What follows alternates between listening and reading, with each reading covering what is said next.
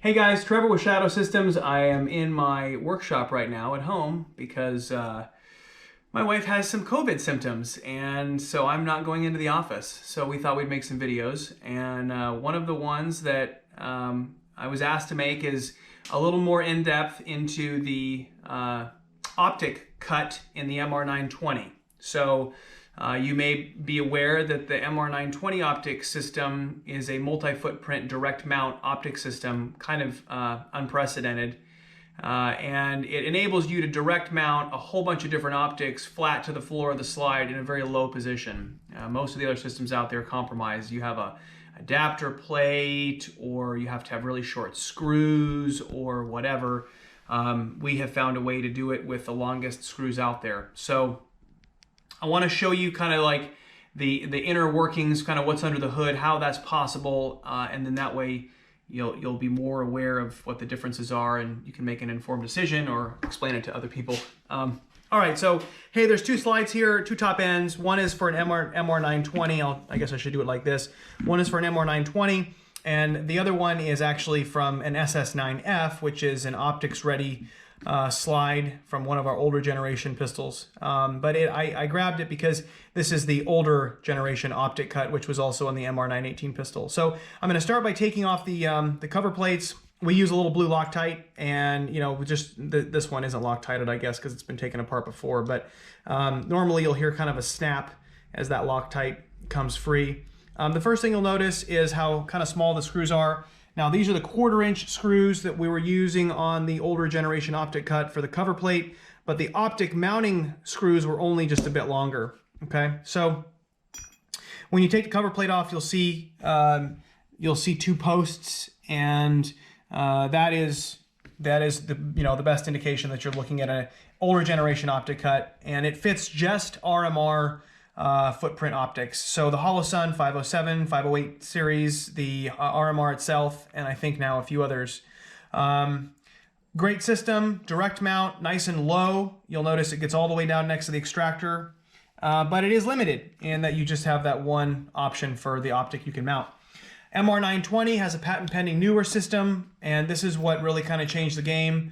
For us, it is unique in that you can now direct mount, again, in extremely low position, you can now direct mount a whole bunch of different optics. And the magic of that is a patent pending system that involves some spacers and different screw types. And I'll show you these screws too. I loosened one side of this earlier, but I'll go ahead and see if we can hear the other one pop. Yep, so there it was. So that's blue Loctite, that's all we use, okay? Blue Loctite will hold forever. You'll never give you an issue, but it is removable with a tool if you need to. Okay. So I'm going to take these cover plate screws off, and on this one you'll see something very different.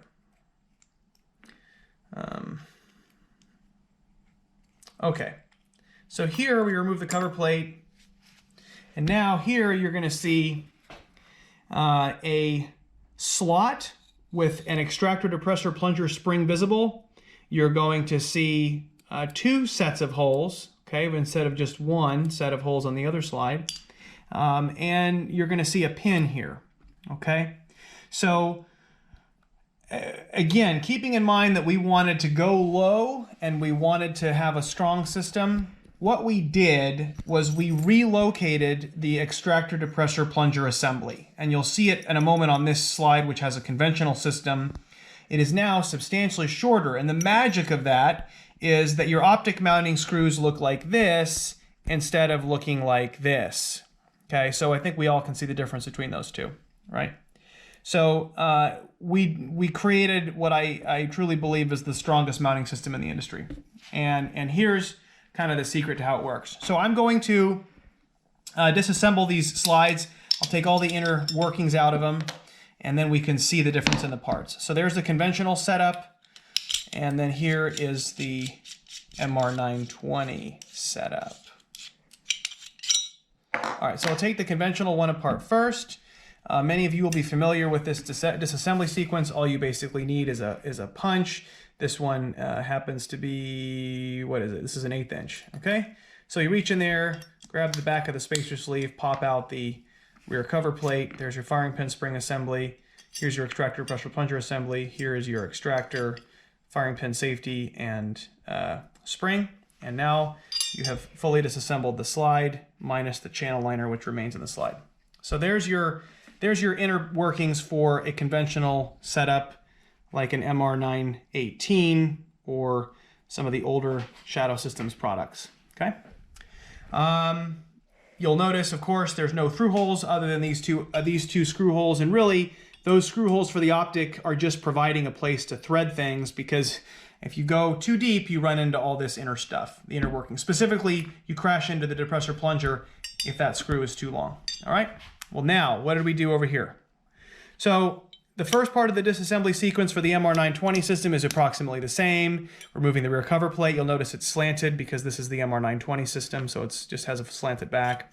Same firing pin assembly, these two are interchangeable, no difference there. But then now, the assembly sequence kind of stops, okay? And that's because the extractor depressor plunger assembly, instead of protruding all the way out the back, is actually stopping against this retaining pin, okay? And so that means that this screw, when it penetrates into the slide, can go all the way to that depth. In fact, the RMR screws go even deeper. We have some screws that go all the way essentially to right here above the rail. The rail is just inside that wall. So we have some that go that far down for the RMR, okay? I'm just making that point because that's why we had to move this assembly forward. We had to create space for a really long, really strong screw. Okay, well, how the hell do you get that out of there? Well, let me show you what we do. We wanted to make this disassemblable, is that a word? With kind of regularly available tools. This is just your standard kind of cheap eyeglass screwdriver. And what we're gonna do is we're gonna grab one of those spring coils via this access slot, and I'm going to apply a little bit of pressure forward on that depressor plunger spring, and it will take the tension off of this pin, and I can then press the pin out. So on the bottom of the slide, there is an access hole for that pin, okay? That access hole is of a smaller diameter than the pin itself, so the pin cannot fall through, okay? You can actually, if you have a punch like this, you can just push the pin out. I mean, it's kind of the rough way of doing it. I like to have a little more finesse. So I just put the pin like that, or rather the punch like that. I grab a coil, apply a little forward pressure, which is difficult to do at this angle. It's hard to do on camera. I'm just gonna do it the way I would do it. Grab that, push it forward, and then your pin drops out, okay? All right, so now we have removed the pin, and the extractor depressor plunger assembly is no longer under any tension. Do I claim that this is as easy to do as this setup? No, you'll saw it took me an extra second there, but the trade-offs are enormous, okay? So obviously it's worth it considering what you get. So now I'm going to apply pressure on the firing pin safety assembly, and I'm going to lift out the extractor. You can send this plunger assembly out the back of the slide. Frankly, I find it's often easier to send it out the front of the slide. So I'll show you what that looks like in a moment. So let me get some space here. This gun is brand new, so everything's kind of tight right now. There we go.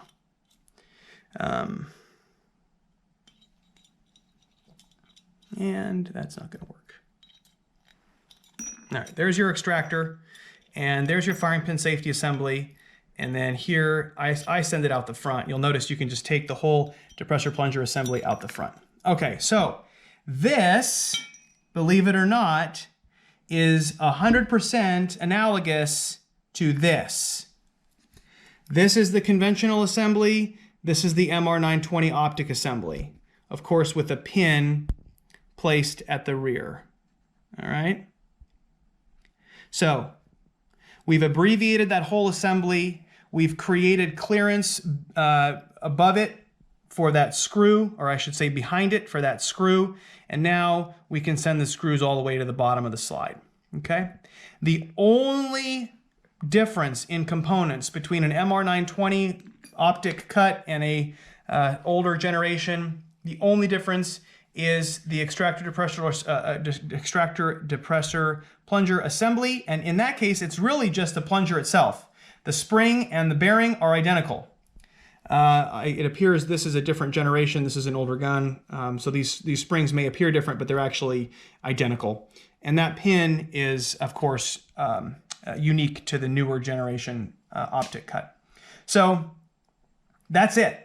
That's really the crux of what we did, and again, why we did it.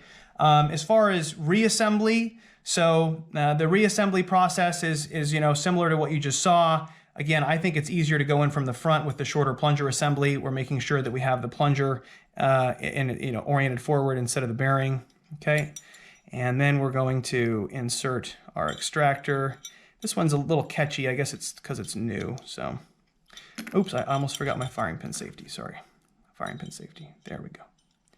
And now my extractor. Okay, so now I've got my assembly in there, and you'll notice my spring is waiting for me right there. I'm going to try to do this on camera. I don't know if I'll be able to, but basically we tension that spring by grabbing a coil of it. We hold it in a fixed position, and then we drop in the pin. And so you'll see the pin is now in place, and the extractor is under tension. Ha! Forgot that was going to pop out because there's no firing pin in there. I can stick that back in. Okay. The firing pin also acts to retain the firing pin safety, in case you didn't know that. So everything else is the same. We would reassemble like we normally would, and the gun will be back together. Okay. All right. One final note that I think is really important. We are, of course, the last thing we want to do is compromise a proven system. So everybody knows that this system is, probably the most reliable proven system out there. When you start moving things around, people understandably get nervous. But one thing that I think is really important to note is that mechanically, the amount of compression on that spring, the relative position of the bearing, all of that stuff is absolutely identical as far as this extractor is concerned.